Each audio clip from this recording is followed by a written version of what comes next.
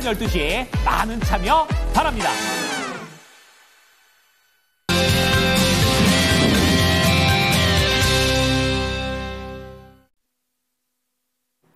뉴욕 증시는 혼조세로 거래를 마친 가운데 트럼프 대통령의 이런 정책들에 의해서 울고 웃는 그런 모습을 보여줬습니다. 자, 그런 가운데 오늘 개장 전 보셔야 될 추가적인 소식들 정리해봤는데요. 첫 번째 소식부터 함께 보시죠. 앞서 여당에 대한 부분을 얘기를 했다면 이번엔 야당에 대한 부분도 얘기해 보겠습니다. 한동훈 국민의힘 전 대표가 이 저서를 냈는데 이 부분이 지금 현재 완판이 좀 되고 있고 관련된 정치적 발언들을 하고 있는 상황입니다. 자, 이재명 대표와 한동훈 전 대표와 관련된 이러한 부분들 오늘도 체크를 좀 해보셔야 되겠고요.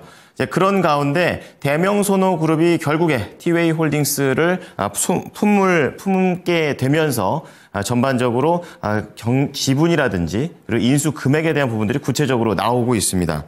마지막으로 AI 그리고 이 게임 쪽과 관련해서는 경찰이 이 넥슨 게임즈 프로젝트 유출과 관련된 의혹을 꺼내들게 되면서 넥슨 게임즈와 관련사와의 비밀 유출과 관련된 혐의가 나왔다고 합니다. 관련주들에 대한 내용들 미리 살펴보도록 하겠습니다. 정수지 캐스터 전해주시죠. 모닝뉴스입니다. 목요일 6가지의 뉴스들 먼저 헤드라인으로 만나보겠습니다. 검찰은 공직선거법 위반 혐의로 기소된 더불어민주당 이재명 대표의 항소심에서 징역 2년을 구형했습니다. 국민의힘 한동훈 전 대표의 저서가 공개 첫날 완판됐습니다. 피터 헤그세스 미국 국방부 장관이 다음 달 한국 방문을 조율하고 있는 것으로 알려졌습니다.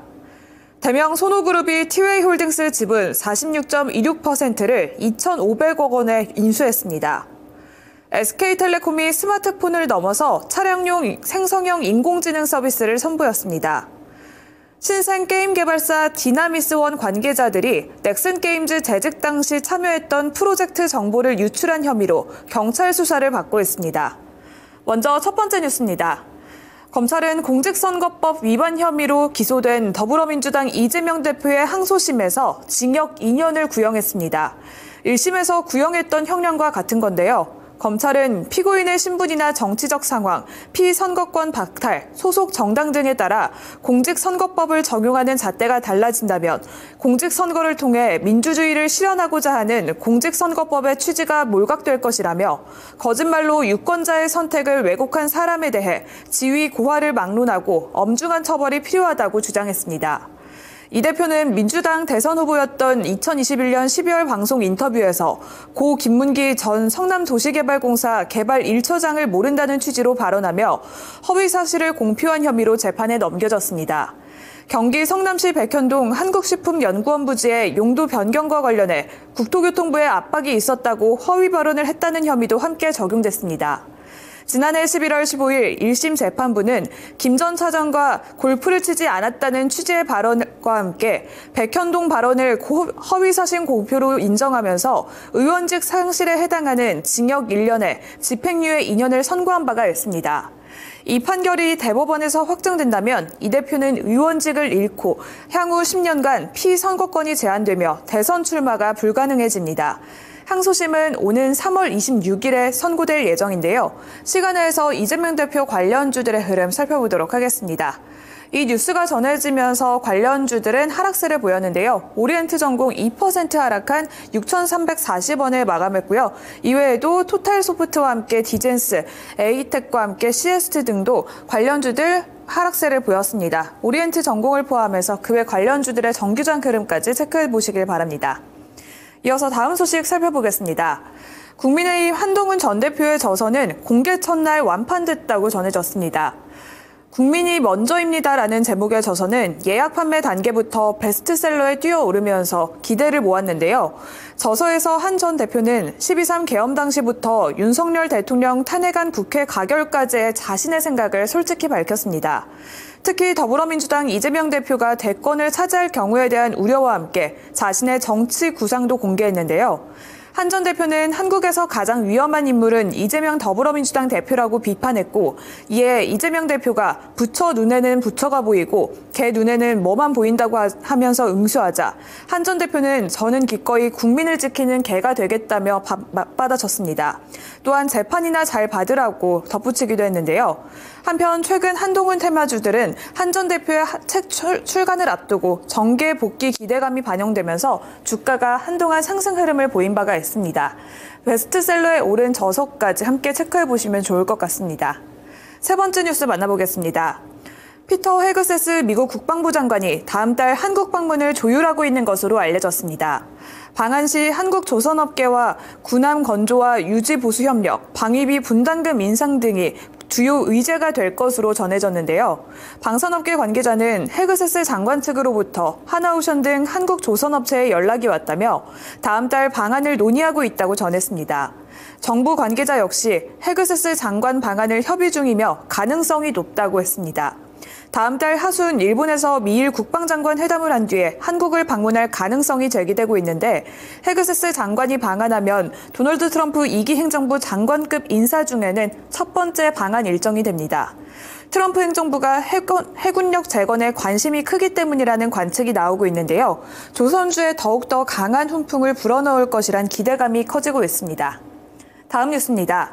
대명손호그룹은 26일 티웨이홀딩스 지분 46.26%를 2,500억 원에 인수하는 주식 매매 계약을 체결하면서 최대 주주인 예림당이 보유한 지분 전량을 인수하기로 결정했습니다.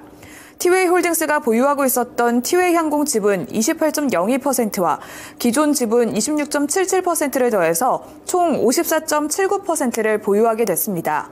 추가 지분을 확보하면서 경영권도 예림당에서 대명손호그룹으로 넘어가게 됐습니다.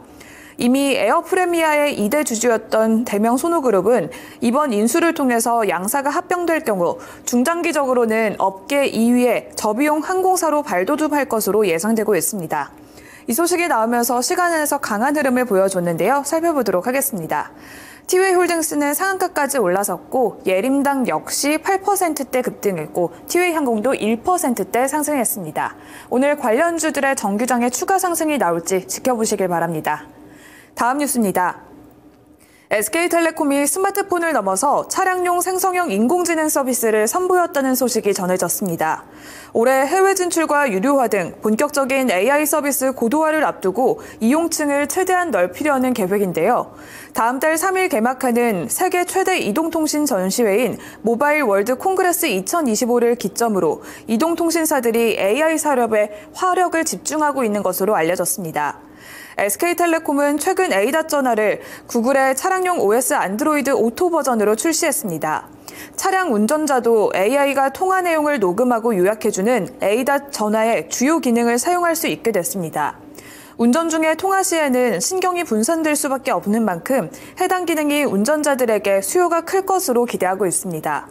KT와 LG U+도 올해 AI 에이전트를 중심으로 AI 사업 확장에 나서고 있는 상황인데요.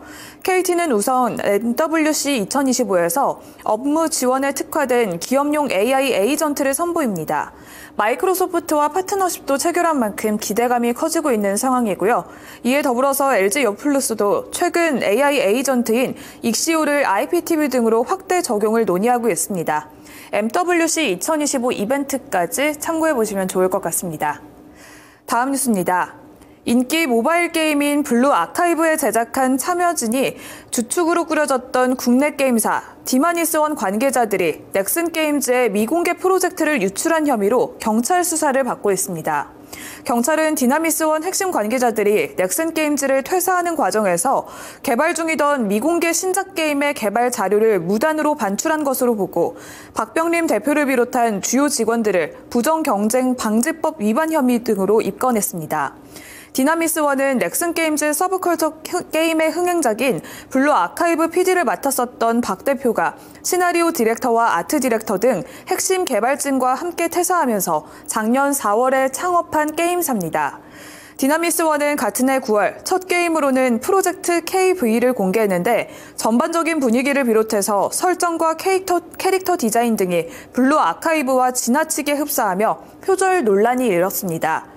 블루 아카이브 팬을 중심으로 비판이 쏟아졌고 디나미스원은 게임 정보를 공개한 지 8일 만에 사과문과 함께 프로젝트 KV의 개발을 중단하겠다고 밝혔습니다. 경찰은 압수수색을 통해서 확보한 자료를 토대로 디나미스원 관계자들이 유출한 데이터를 실제 게임 개발에 사용하려 했는지 여부 등을 집중적으로 살펴볼 전망입니다. 이상 6가지 모닝뉴스 전해드렸습니다.